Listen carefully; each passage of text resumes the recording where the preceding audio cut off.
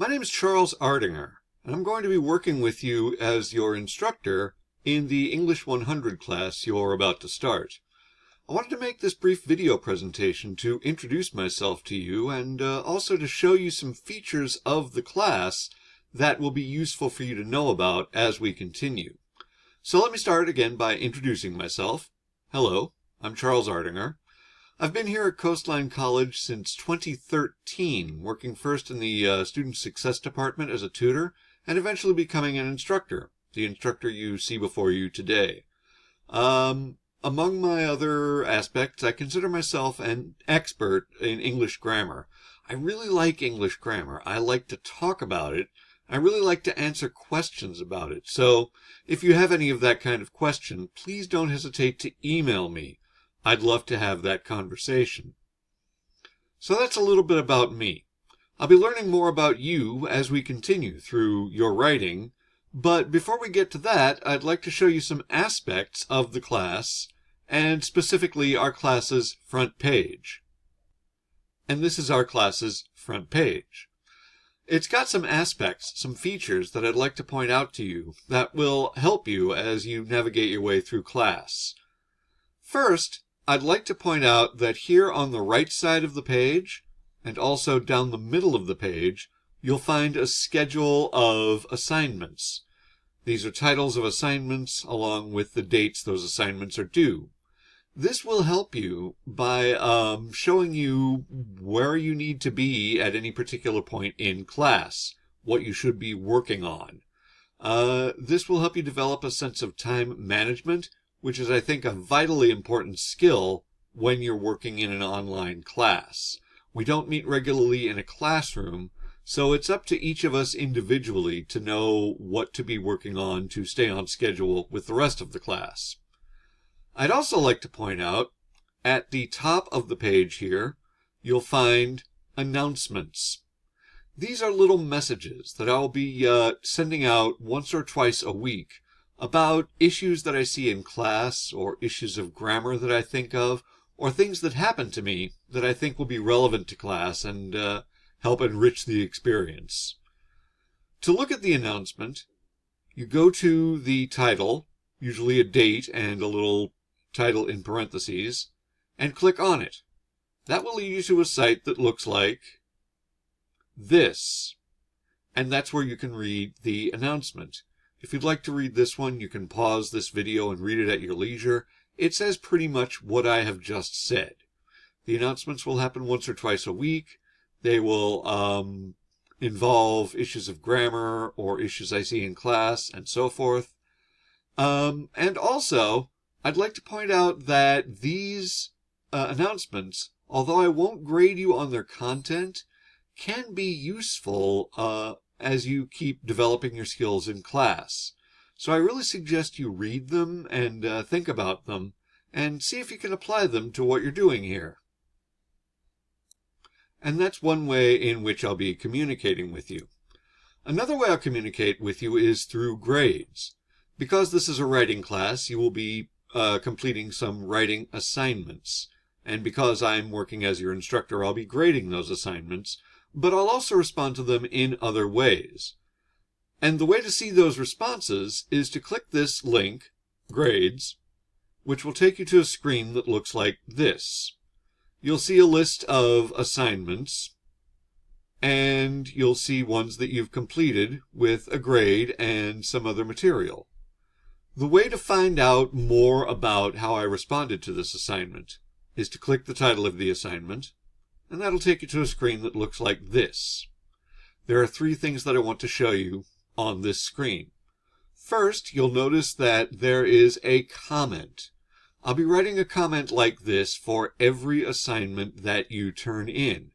It'll contain advice for how to move on to the next assignment. It'll be reactions from me as a reader.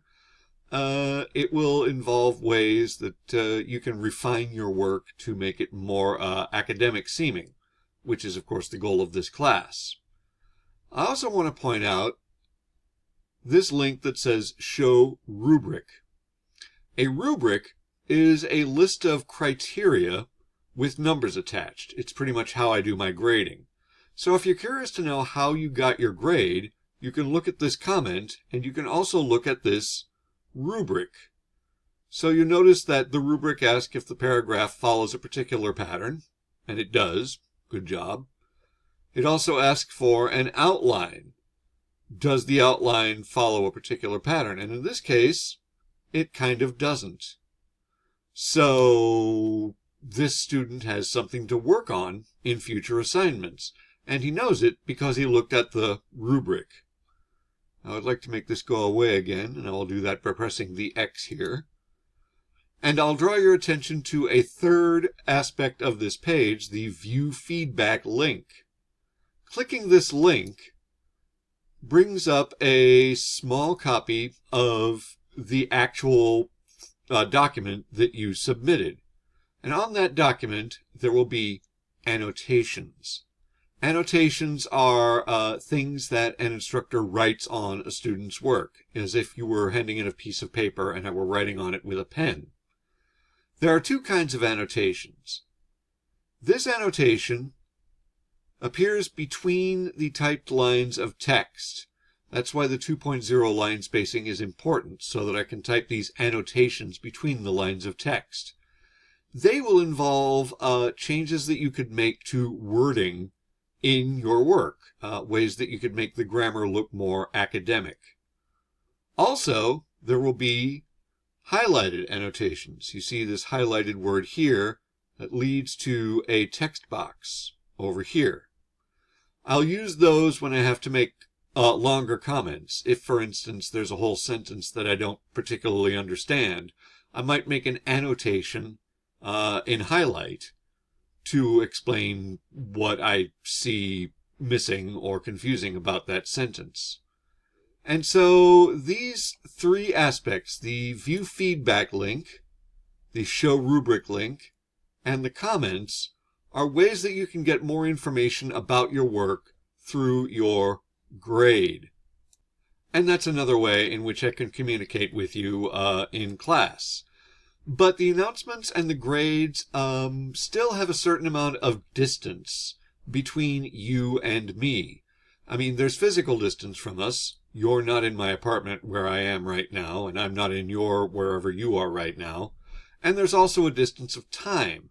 I'm recording this probably days before you're hearing it. So I'd like to institute a way for us to be able to communicate more directly. And fortunately, I have done so. Every Thursday, I have student visiting time in my Zoom office, which you can reach through following this link. Those happen on Thursdays between 18:30 and 2000, or if you don't like military time, 6:30 p.m. and 8 p.m.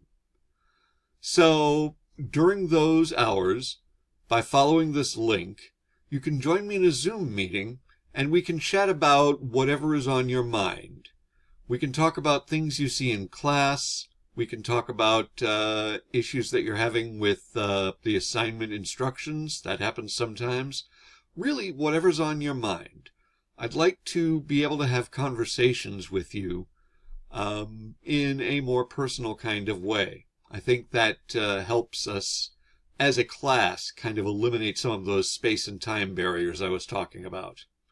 Also, as you'll notice if you look in your syllabus, there is possible extra credit for attending these student visiting time meetings. So I would suggest you consider that if you don't have anything better to do on a Thursday evening. If you do have something better to do, let me know in an email and we can arrange a more convenient time. I'd like to work with you.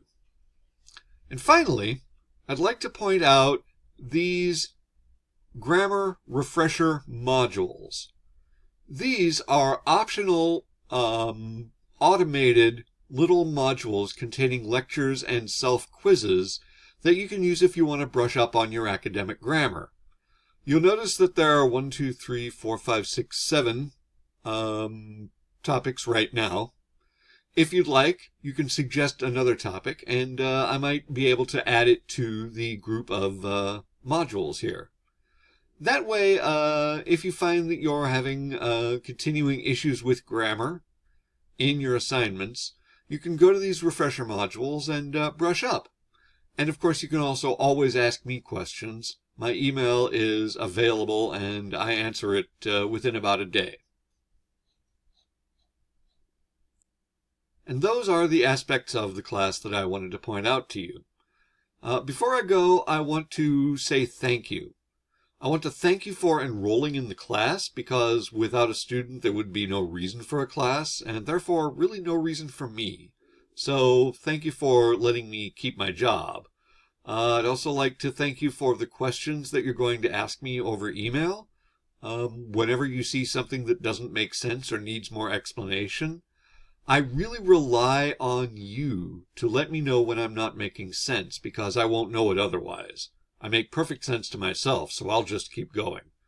If there's something that doesn't make sense, I really hope that you will ask me questions either in an email or in the student visiting meeting.